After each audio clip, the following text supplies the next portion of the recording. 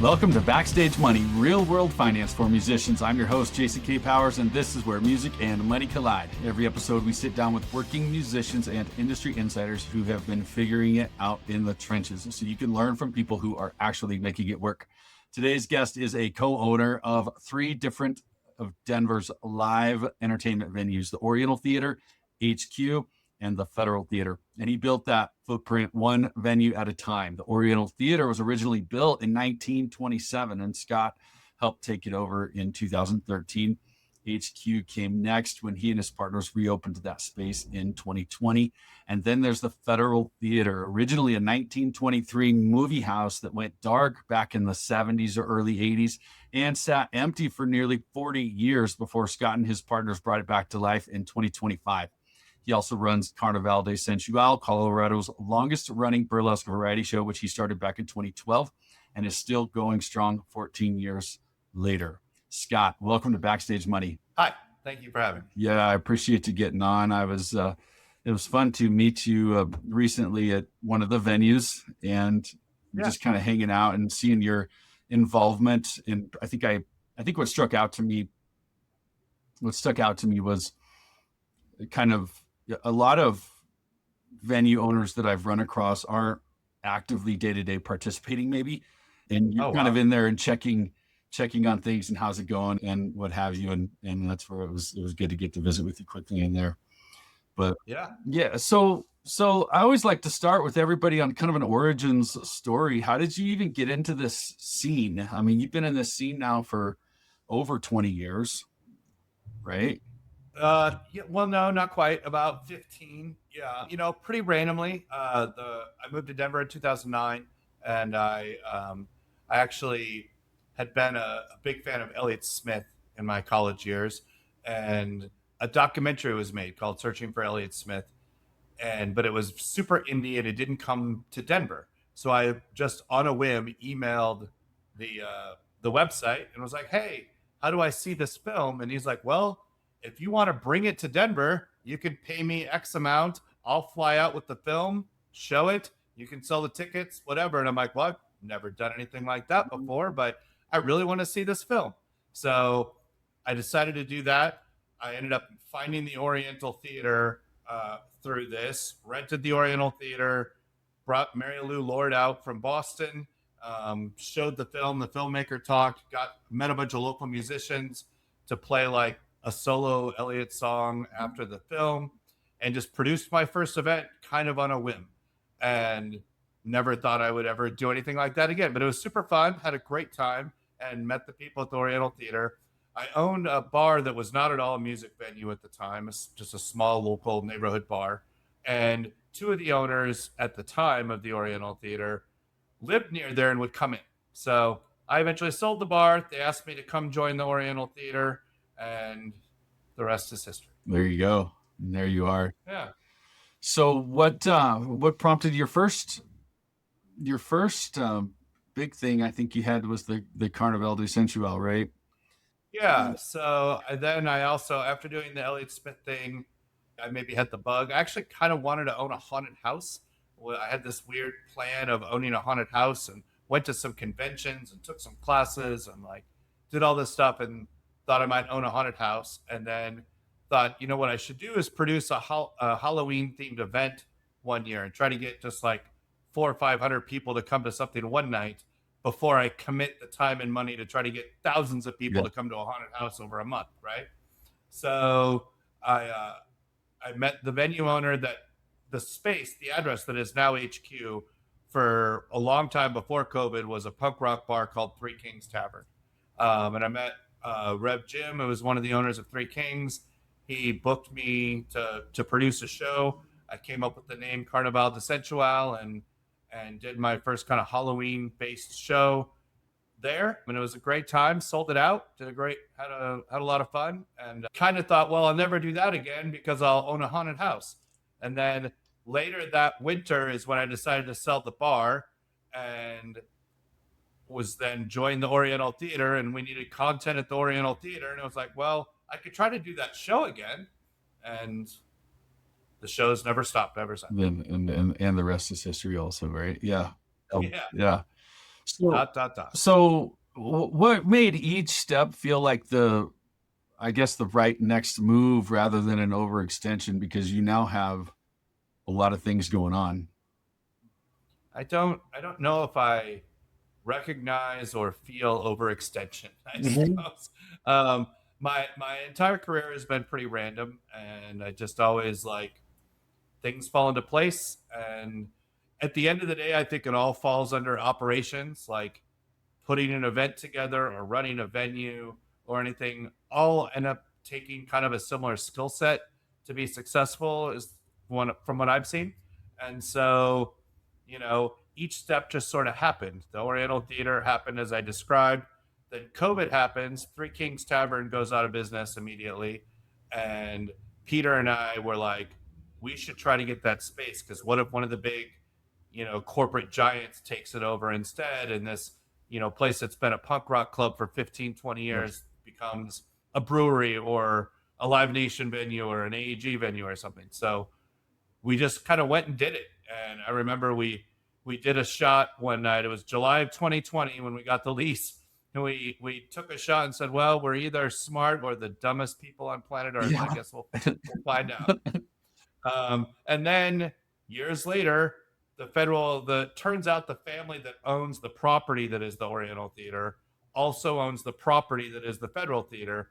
And we just never knew. They'd never told Interesting. us. It's a family. They're pretty insular, and we just never talked about it. And the son who kind of runs the operations called me November of 2024 and was like, "Hey, would you guys ever be interested in trying to open the Federal?" And I was like, "What?" So it came. We walked through it. It was in much better shape than we thought, and a year plus later, we got it open. Yeah. And the federal close, we say somewhere in the early 80s, It was mid it 80s. was we don't know exactly. There's no official records, and the family doesn't remember exactly, that kind of owns the property, but it was somewhere in the 83, 84, 85 range. And that's really based off customers that come in telling us, "Oh, we saw this movie Uh, at the Federal before it closed." And you're like, "Okay, so that was 84." But we couldn't find any official records to say when it last closed, Interesting. but somewhere in that time frame. Yeah. Yeah. And I remember when the news came out. I mean, it was a pretty big splash here to hear of it reopening after all We that. tried. Yeah. Yes. We tried to Yeah. get the word out as much as we could. We're real proud of it. The neighborhood has been great. Everyone has been really supportive and happy to see it not be, kind of an empty, unused giant building, Right. and the marquee had really fallen into disrepair.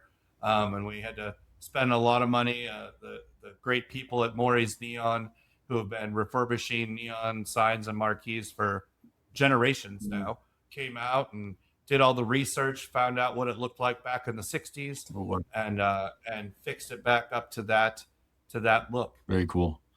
Well, so how do you think about now running basically for entertainment operations, if you will, Sure. and what changes financially and operationally once you're past just one venue?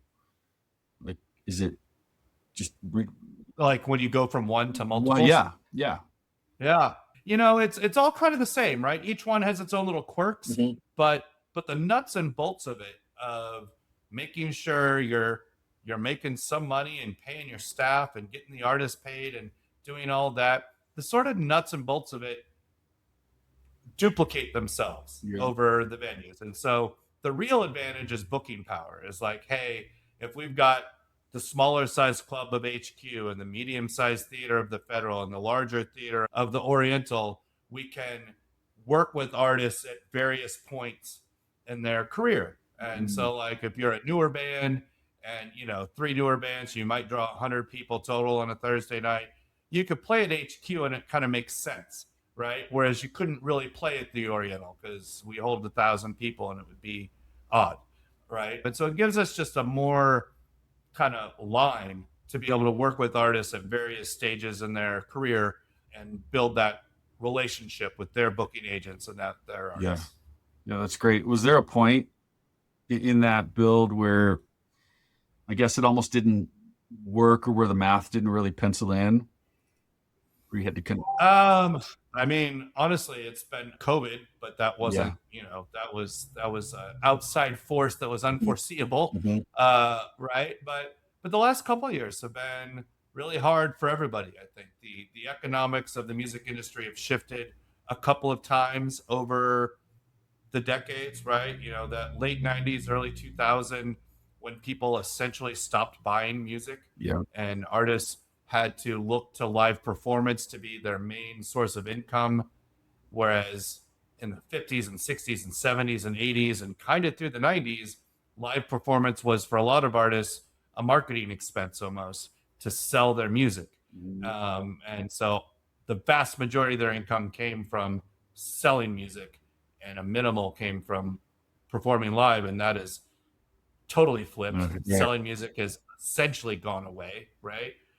It still exists, but it's now a very tiny piece of an artist's pie chart, and live performance and merch is almost all of their pie chart, unless they're big enough to get songs placed in movies and TV or something. Right. Right. So talk to us about, from a venue perspective, where what places the actual money comes from. So on the artist perspective, we always talk about, obviously, like we just alluded to, you've got streaming, you've got sync deals, you've got now touring, live music comes a lot from that. Sure. Merch for them comes a lot from that. And so from a venue perspective, you guys also do private events.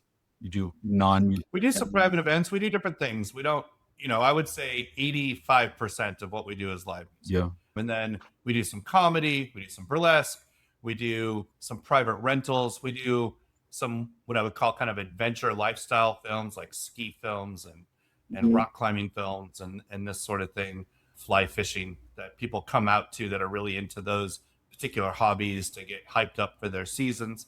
So, we have a wide range of types of entertainment that we do. But at the end of the day, we really have two income streams, right? We have ticket sales, which largely go to whoever the artist is Mhm. performing that night, and bar sales. And it's the bar sales that have really started to. I'm not going the way of of music sales. Sounds overly dramatic because I don't think we're facing a world where no one drinks ever. But there's plenty of articles all over the internet and the news talking about how younger generations aren't really drinking much, and even older generations are drinking less. Every beer company, every liquor company is struggling and all of a sudden has massive quantities of their products sitting around because people are just drinking less. Mhm. And I'm not sure that the music industry is truly facing how much of a sea change that will be for everybody because, when artists lost the ability to sell music as an income stream, they turned to venues and live performance as being, hey, we need a bigger chunk of this pie in order to make any money. Yeah. And we need to charge more for tickets and whatever. And that totally made sense. And the venues are like, well, we can make money from beer and liquor sales, so we can still survive. Yep. But as beer and liquor sales go down, venues are like, well, if we don't make any money from ticket sales and we're making less and less money from beer and liquor sales, while the cost of our employees and everything else is going up, something has to give somewhere. Mhm. And I think that that's going to become a rock and a hard place for the music industry more and more every year that goes by. Sure. So when things get tight, where's the pressure show up first? My right You're shoulder. right. Yeah. I mean, I spent a lot of time. I'm kind of the operations kind of money counter member of my team, and so I spent a lot of time this January. Last year was not good in any way, shape, or form, and so I went through January of all the different places we could become a little more efficient, find some places to cut costs, everything from the cups we use to hold the drinks to every little thing we use. Could we find a different vendor that's a little cheaper? Could we do something a little better? Is there, we had to make some staffing cuts. We had to do some things that weren't ideal for us, but were the only option we had to stay viable, right? Like, part of the reason you met me the day you met me at the theater and were maybe surprised that the owner was around being involved is because we had to make some staffing changes, and as ownership, we had to be around in a different way to try to fill in for some of those cuts because we couldn't pay the salary anymore, so we had to take it on ourselves. Yep, yep. But I think there's still value in that, the artist and those being there and meeting the owner, certainly the manager, Oh, certainly 100%. the manager. I was never not there. Yeah. It's wild to me that venue owners who are never at their venues. That doesn't make any sense to me at all. Yeah. Especially at the independent level, like whoever the CEO of Live Nation is, I don't imagine is at shows very often, right?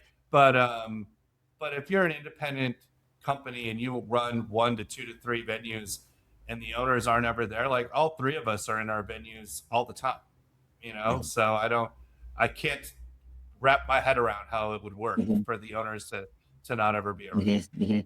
Well, and you guys have, there's 3 of how many venues like this are in the metro area, Denver metro area? In Denver that are independently owned? Well, I could get in trouble for discussing what independently owned means, maybe, but the High Dive is like a 250 cap, like historic, amazing club that's been doing the thing for decades. The Skylark is a smaller room. I think it's maybe 150, 175 cap. It's actually owned by Nathaniel Rateliff and is an independent cool club. There's some other places people think of as independent that are owned by executives at AEG, so I consider that to not be independent. Yeah. But there's no other theaters, there's no other larger spaces anywhere in town. For the Federal Theater at 600 cap and the Oriental at 850 cap, for these level of venues to be independent is unique in our area. I agree. So from a artist and musician standpoint, let's talk about what maybe one thing you notice or some things you notice that musicians consistently misunderstand about how booking actually works at venues like this. Sure. I think from a booking standpoint, at our bigger venues, we largely deal with artists that have a booking agent. So that's sort of handled. But at HQ, we deal with a lot of either local artists or smaller touring artists that don't have a booking agent yet.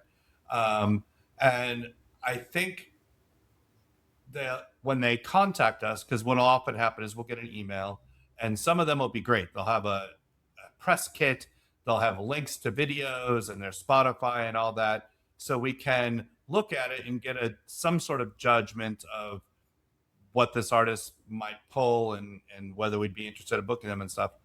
But oftentimes we just get an email that says something like, "Hey, we'd love to play your venue," and a band name. And I'm like, okay, I don't know what to do with that. So I just think the more information you can give us, links to your socials, links to videos on YouTube, links to your Spotify, and any sort of information of, have you played the market before, and where did you play and how did that go? If I got all of that information in the first email I got, I am 1,000,000,000% more likely to look at it and consider that artist than I am if I have to try to go research you because you sent me 1 or 2 pieces of that information, but not all. Yeah. That's a good point, because artists need to continue developing their self-promotion ways, right? We've gotten really reliant on social media, for example, and trying to drum up an audience. And we always have conversations about, you could be a really good musician, but a really bad business person. And how do you improve the business side of what you're doing and get more educated? We're always, of course, always talking finance. And so how do you become more financially literate in your own industry? Sure. And what kind of decision? I think it's hard, right? I think there can be an attitude that people like managers and booking agents kind of siphon off of artists more than they help artists. But I think that there's some truth to the idea that the sort of personality type that becomes a great artist isn't often always the same personality type that is great at managing money and doing the sort of nuts and bolts and operations of making money and becoming a more successful artist, right? What? If you're just sort of a weekend warrior and happy to play in a band with your friends and not trying to make it a career, then that's great. That's fine. But if your goal is to make it more of a career, then I think that fairly early on it would be useful to talk to someone who's a professional manager or a professional booking agent and having them help you with those things, because probably there's not a member of your band who's also great at those things. Sure, sure. What kind of deals do you prefer? That's not the word I want to use, but we think of things like guarantees versus door splits and things Sure. like this. What's kind of the ideal situation in your own opinion for the various venues? I mean, I think every situation's Yeah. different, right? Like, there's plenty of artists we've worked with who are brand new or early in their stages when we started, and they played shows with us at HQ, for example, on a door split because they didn't know and we didn't know if 10 people or 100 people would show Mm-hmm. up, right? And then as those artists have grown and matured as artists and played more shows and established an audience, then they might come to us and say, hey, we're going to have a record release and we don't want to do it on a door split. We want a guarantee. And we have some history with them and have seen them play around to know, hey, they're going to not lose us a bunch of money by asking for this guarantee. So we get it and we're happy to do that, you know? So I don't think there's any one ideal situation for anything. I think it's tough to impossible to give an artist that is unknown a guarantee, because we are, as a concert venue, we are just totally ticket based, right? It's a different thing if you own a place that is a restaurant or whatever it is, where people are there regardless of whether there's live music or not. And they might enjoy that there is live music, but they don't even necessarily know who the artist is, what the industry often calls a kind of a soft ticket situation, right? And those places should be paying guarantees because they're just paying to have someone there entertaining their audience that already exists. Mm-hmm. A live music venue doesn't have an audience that already exists generally, right? No one just walks into the Oriental to say, hey, who's playing tonight? Mm-hmm.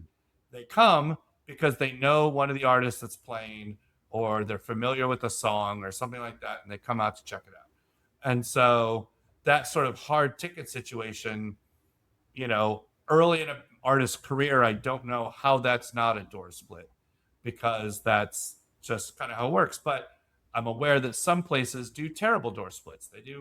We'll give you 40% or 50% of the door, and that's horrible. And I think those are venues that are sort of taking advantage of artists in a way that they What's should. a reasonable? So our typical door splits are 70 or 80% to the artist, and that is a thing that makes sense to me. Mm-hmm. Mm-hmm. So, what are you, even on the guarantees, right? Or if that 70-80% variant, what's the venue actually pricing when it makes that offer? Like, we're trying to, our general goal is to come as close to breaking even on our staffing expenses with whatever cut we get from the door as possible, so that whatever bar sales we get can be profit for the okay. evening. Now, does that work out most of the time? No.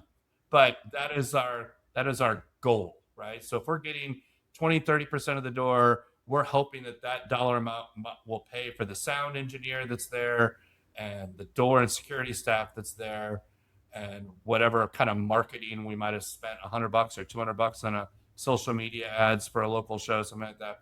So maybe we're $1,000 in, $800 in on just those things. And our hope would be that our 20-30% will come close to or cover that, so that the bar can be profit to cover. And by profit, I mean cover things like rent and power and insurance and yada, yada, yada, plus piece of profit, right? Yeah. If the doors cut for us is way below the expenses of the night, and then the bar is mostly just covering the expenses for the night, then you're in a bad place, because then you're not covering rent and power bills and insurance and all the other stuff you have to cover before you can make a buck for yourself. Right. So what kinds of things occur that break down the trust between artists and venues? What kinds of things are people doing that maybe make you I, obviously not want to have them back, or get you really on edge about having them back? I think, well, acting poorly. Yeah. We've had artists damage equipment, damage the green room, you know, get become kind of messy by the end of the night and puke in the green room or whatever, or have a bad interaction with a fan or what, just sort of being generally a jerk, Mhm. right, is never a good thing Mhm. that you Right. want. Um, like generally things like microphones and the monitors and all that stuff is our equipment. And if you throw the microphone on the ground and break it, or during the midst of your performance, or you stomp on the monitor and break it, like we can't really legally hold you responsible for that. But, you know, you just broke our equipment and now we're going to spend hundreds of dollars to fix it. Like, we're probably not going to want you Yeah. back. Right. Right. So those things are bad. Just sort of, there are artists out there who feel like it is not their job to help get fans to come to the show. Right. And that can manifest in different ways. If you're a small local band, that might just manifest in you never even told anyone about it or did anything. Right. But even if you're a larger touring artist, and you don't have a team to help you, and you never post on your socials, hey, I'm going to be in Denver today and I'm a national touring artist who has a fan base that if they knew that would probably come out to the show, that I can reach more easily because they're my direct fans. And we can't get things like advertiser access to your Facebook to be able to let us spend money to push out ads through your socials to your direct fans, but they just never get around to letting us do it because they just Yeah. don't. I don't know. Things like that make it just a lot harder. Like we're trying to pay you to show up and play a gig, but we do need some help so that your fans know and might come out and buy a ticket. Right. Right. Well, because you guys do all your own internal promotion with your own lists and your own, I get emails. I get all the Of emails course, from we've all the got a ring. big email list. We've got our social medias that have a wide ranging of Yep. fan base, right? But if you're a heavy metal band, I don't know what our pie chart is of heavy metal fans to punk rock fans Yeah. to country fans to indie fans to hip hop fans that might like our Yeah. pages, but it's not 100% heavy metal fans, Right. right? And even within the genre of heavy metal, I don't know, are you a death metal band or a prog Yep. metal band, whatever? So, like, yes, we will have people that we are bringing to the table that might meet you as an artist because you're playing at our venue and become a new fan, but you have a fan base already, and it's just important that we can reach them. So because if you come and go, we've had this happen where national touring artists will come through and we'll get an email the next day like, oh man, I didn't know band X played at the Oriental last night. And then you go look at band X's socials and they never even mentioned that they were playing in Denver last night. We did, but it just didn't work out. And then they made a post-show post and had on their socials and had fans be like, oh no, we didn't know you were Mhm. there. And I'm like, well, that didn't really do anybody any Yep. I've had that happen, certainly for myself. All right. So, advice for the artists who are, I mean, anywhere in the country who are booking their own or for their management team doing it and their booking agents, things to watch out for, maybe with a venue to make sure you're asking these kinds of questions. Sure. I think there's a long history in the music industry, and obviously I wasn't around for most of it, but I've read and whatever. It's always been this weird adversarial relationship almost, right? Like we had Leon Russell play at the Oriental Theater just a few months before he passed years ago, and I was there for this, and he insisted on being paid in cash. And I'm like, that's insane. He got paid enough money that paying him in cash felt insane to me, right? He's not getting paid $800. Like he's getting paid over $10,000. And I didn't want to go have a duffel bag full of Right. cash. And Leon and his tour manager were like, listen, I've been doing this a long time and you have no idea how many times I've been screwed and not paid by a promoter. So I'm going to get my cash before I go on stage, and I'm going to count my cash before I go on stage, or I'm not going on stage. Wow. And so we had to comply, and everything went fine. But I sort of appreciate that. Like he didn't have that attitude because of no reason. He played shows and didn't get paid because it was sort of the Wild West for so long in the music industry that's hard. So, but that's, I think, more and more rare today than than maybe it was in the 70s or 80s Sure. or something like that. But so things to ask, you know, I don't know if I have a great list of questions to ask the venue other than if, make sure you're getting professional responses to whatever your questions are. Like if you book a show, there should be an advance, right? 3-4 weeks before the show, there should be someone from the venue, production manager or whoever it is, that reaches out and says, "Hey, you're playing our venue in 3 or 4 weeks. What do we need? Do you have stage plots? Do you have this? We're getting prepared for the show. What time do you want to load in? All of this." If you're not getting that weeks in advance, then that's maybe a bad sign, Mm-hmm. right? And in the opposite, we always try to do that weeks in advance, and we sometimes struggle to get information back from artists who are touring. And then all of a sudden, we'll get an email 24 to 48 hours before saying, "Hey, we need XYZ." And we're like, "Well, that would have been great to know a few weeks Yeah. ago," Yeah. sort of a thing. So I just think communication with venues, between venues and artists, several weeks before their show to make sure that everyone's on the same page is important. And if you're not getting that from either side, it's probably a bad sign about how that show might go. Sure. Sure. Yeah, I noticed that even the group I was there with where I met you, it was kind of that way where I was being asked by the venue because I got there before the crew showed up, and I was being asked by the venue, "Hey, are we setting it up this way or that way?" Because they still hadn't heard back from the artist, and I was Yeah. like, "I'm sorry, man, I just don't know. I'm not going to speak for them," and we were running late and things, so Yeah. I could see kind of that tension pretty quick, but everybody was very cool to roll with it. It's kind of not, unfortunately, not abnormal for that to happen. It seems like. There's a level of it that's just sort of rock and roll, right? And it's not that we can't and won't roll with it, but everyone is happier when they can be a little prepared for the day at work, Sure. right? Most people don't walk into their job that day with no idea of what time it might start, what time it might end, and what might happen. But if we can't sort of lock down a load in time and all those sort of bits of information, it just creates a little bit of unease and stress. And from an artist standpoint, if you're not getting that from a venue, if I was the artist, I would worry, what is my experience going to be like when I show up there? Am I going to, I think I load in at 3 o'clock and I show up and the doors are locked and no one's there and no one doesn't show up till 4, or disorganization, I would think is bad for both sides. Sure. So let's talk about one subject briefly that I know can be a tension point for artists, but maybe misunderstood possibly, would be merch splits.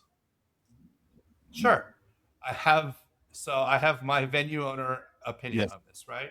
I think merch splits are silly, but I think merch splits exist because venues struggle to make a lot of shows be profitable.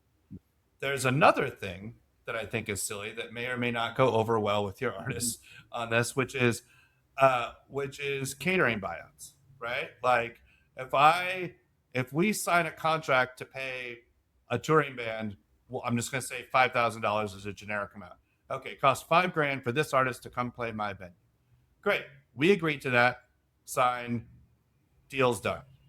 And then months later, we get a writer that says, "Hey, we want $1,500 in catering," and I'm like, "Well, now it's $6,500 for this artist to play my venue, not $5,000," and that doesn't make any sense to me at all, right?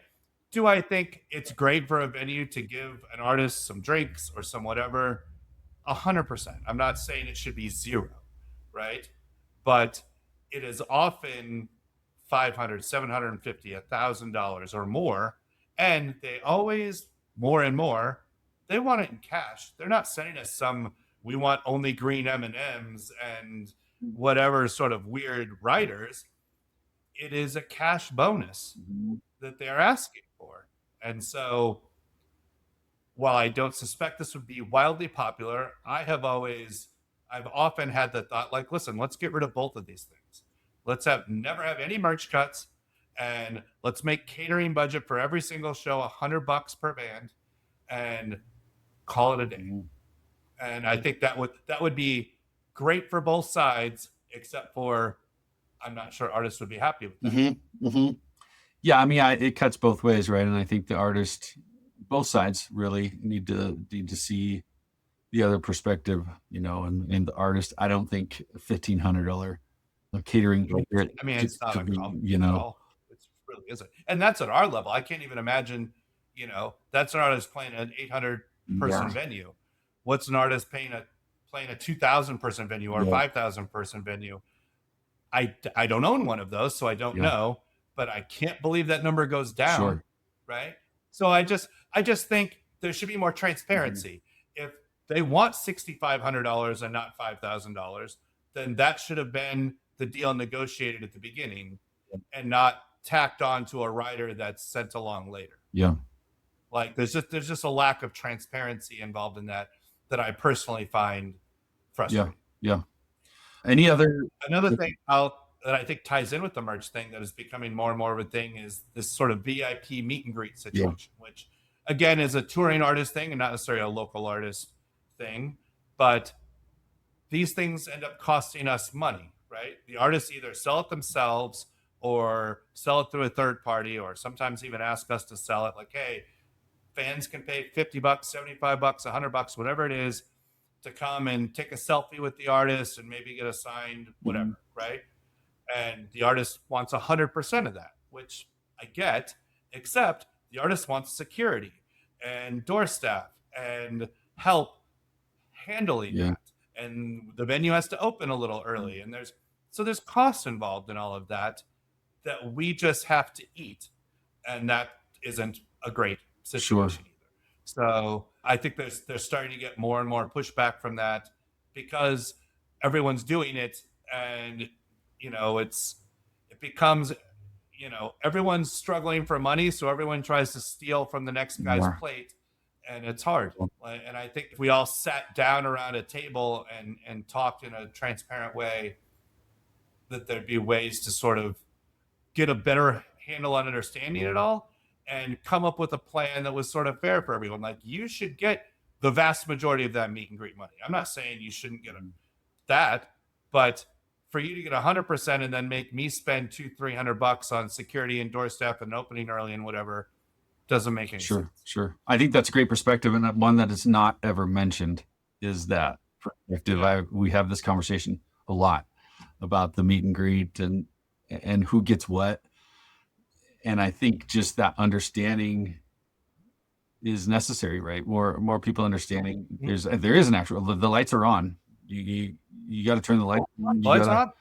You got to pay for stuff. And Uh, it's not meet and greet related, but another thing that this conversation brought to my mind that maybe was a better answer for an earlier question was, again, for touring bands, we often get pushback on, oh, we want to load in earlier. We want to load in earlier. We want to get in. Can we get in at 10 a.m., 11 a.m., noon?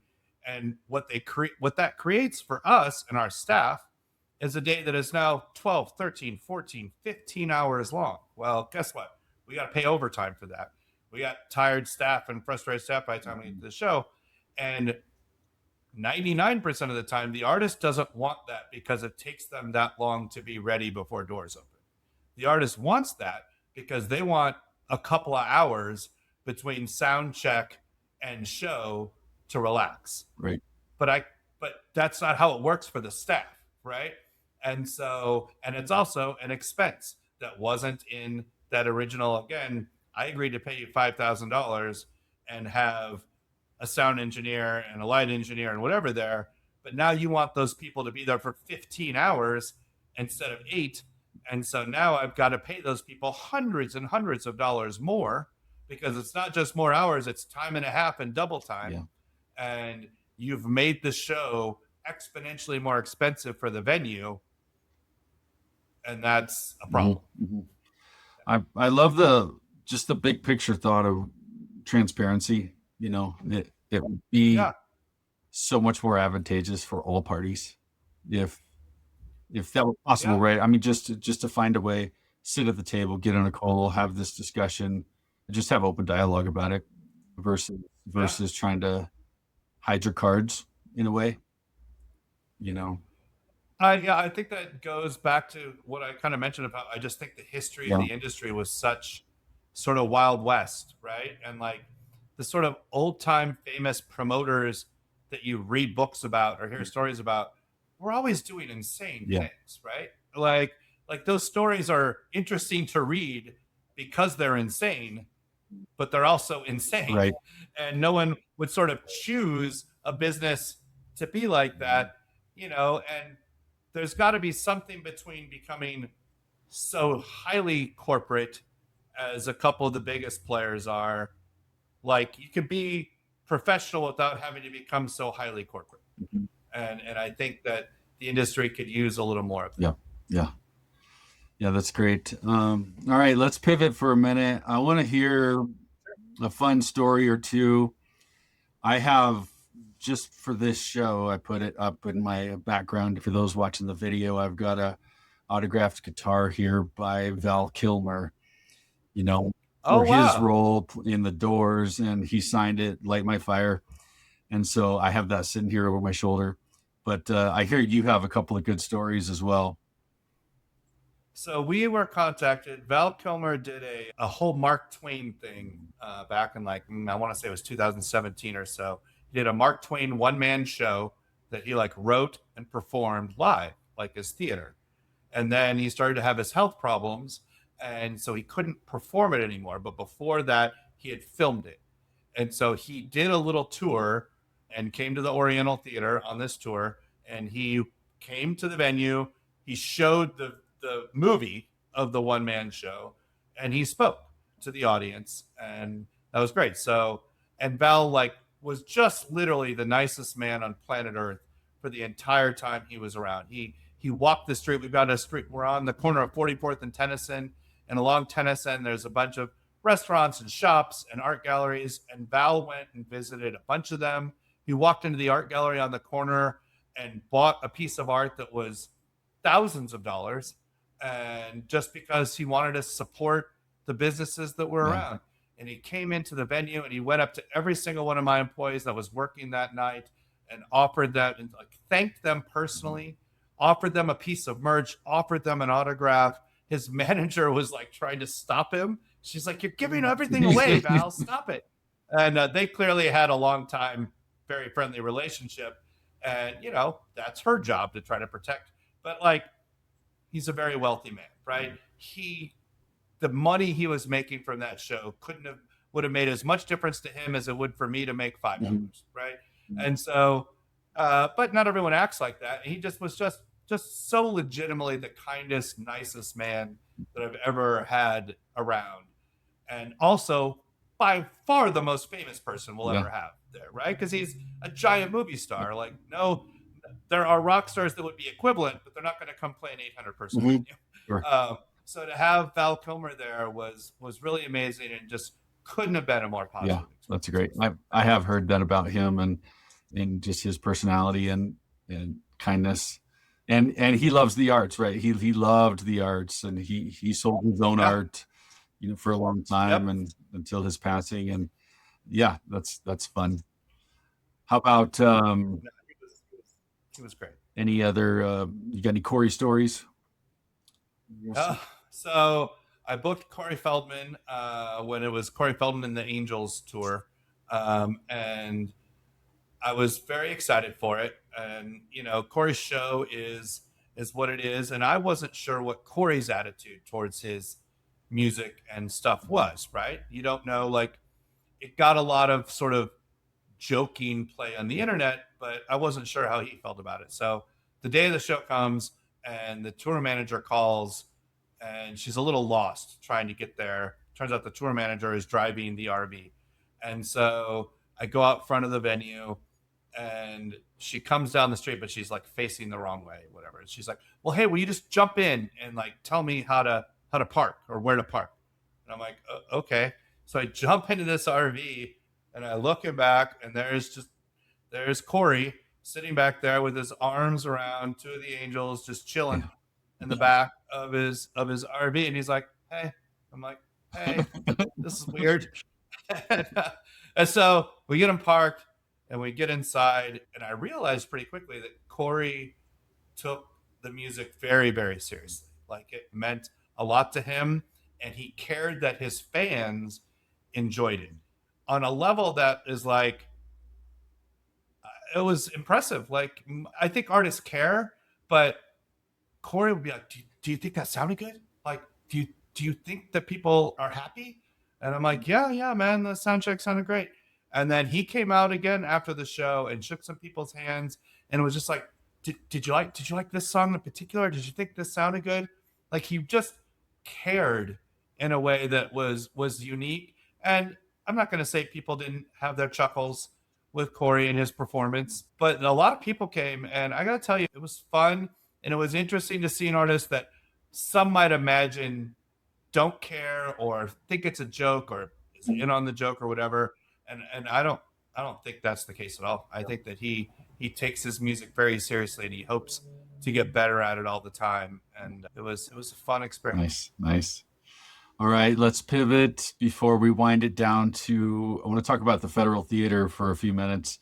What did it actually Sure. take, you know, financially, logistically, to bring a venue back to life after some 40 years of sitting in the dark? I mean, this was a 1923 built movie house. Yeah. It was a lot of work, I guess. So the biggest challenges, there were two things. Like financially, the biggest challenge was the marquee in the front. Like we, at the very beginning of this project, the three of us were like, we can't do this if we can't financially bring the marquee back to being beautiful. Like it's because it, looked like something out of a nuclear war and hit movie. Like there's wires hanging out, pigeons had torn it apart. Everything was broken. All the neon was gone, right? The paint was destroyed. So we had to first make sure we had the financial wherewithal to do that. And that was, the price of a very, very nice car, to just be able to bring that marquee from where it was back to beautiful and operational.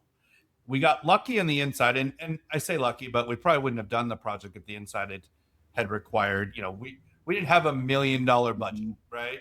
We didn't have $1 million cash laying around to spend on this place to bring it back. So when we came in and initially walked through it, we're like, you know what? It hasn't been destroyed inside. The roof is in good shape, which is really important on old buildings and had been maintained. And so it had never gone through like a roof leaking and really damaging the inside of the venue. I had people come out and inspect the plumbing. The plumbing was in good shape. We had people come out and look at the electrical. The electrical needed some work, but was in good shape. And so the interior of the building was a scope that we could handle. Now, it still took a lot of work, but it was largely cosmetic work. It was a lot of paint. It was a lot of fix this up, fix that up, but it wasn't plumbing, roof, ton of electrical that could really push you into hundreds and hundreds of thousands of dollars or $1 million. We had to put PA in, we had to put lights in, didn't have any of that. We had to fix up the stage some, all the sort of things you would expect, move it from an old movie theater to a live music venue. But it was within the scope of something we imagined we could do, and it turned out we were able to do it. So that was good. But we had the keys to the building for almost 2 years before we opened. Okay.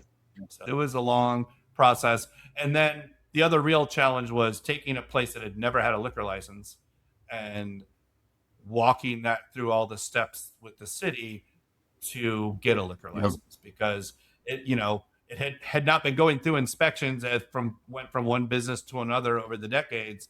So it was a lot of, oh wow, it needs to dot this I and cross this T to get to the point where the city will sign off on a liquor license. But and at the time of this recording, it's been just about a year. Yeah, September 19th was our opening date. And so far, so good. So we're 11 months. Yeah, so far so good. I've heard nothing but good things about it. We've been having a lot of fun. We've had some great shows. We've got a bunch of really great shows coming up this fall. The spring, last fall, we didn't know for sure when we would open until about right now, about a year ago now. So it was kind of too late to really book out a full fall from a touring band's perspective and stuff, because that stuff was largely already locked in. So we had a bit slower fall than we might have hoped, just because we couldn't really start booking stuff until mid to late August. This year, so that pushed us to the spring. We had a really good March, April, May, busy spring season. Summer is again slow inside, but we've got a really good fall coming up. September, October, November are going to be great, and we're really looking forward. Good. I love what you did when it first started to open. You were selling basically passes, right? Where Yeah, we had a founders club, yes, we called it. Yeah, so it was part of, it was a lot of money, and so we're like, hey, let's sell some merch, let's sell some opportunity to be involved a little bit to people. And it's not like it was $1 million, but we sold some t-shirts and some hats and some hoodies and little founders club cards and stuff to people, and people were really excited. We sold way more than we imagined we would. And it was great. It went a decent amount of the way towards spending the money we did on the marquee. Honestly. Yeah, that's great. I thought it was a great idea. I think I'm not surprised it did well. It wasn't that I didn't think it would do well. It just exceeded our expectations. Yeah. Good. All right. So every episode we kind of wind it down with what we call final riffs. It's just rapid fire questions, rapid fire answers. You ready to jump in? Sure. Let's do it. All right. What's the first concert you ever went to? Kiss, 1979, the Dynasty Tour. Cedar Rapids, Iowa. There you go. Who was your biggest musical influence growing up? Oh, it was 50% Guns N' Roses, Kiss, Skid Row sort of metal, and 50% like Nirvana. I graduated high school in 92. So half of it then became the sort of punk rock, alt rock, Nirvana, Pearl Jam, Elliott Smith, that sort of thing. Favorite artist personally that you've ever had at one of your venues? I've ever had at one of my venues. I feel like I had an answer for this in my head, and now Ace Frehley. Ace Frehley? Yeah. We had Ace Frehley twice at the Oriental Theater, and getting to meet Ace, I learned to play guitar because of that concert in 1979, and my obsession with Ace Frehley, the spaceman.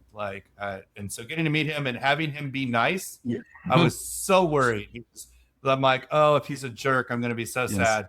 And he was great. Yes. That's always the fear, right? When you meet one of your biggest musicians, Okay. If you weren't doing this, what would you be doing in life?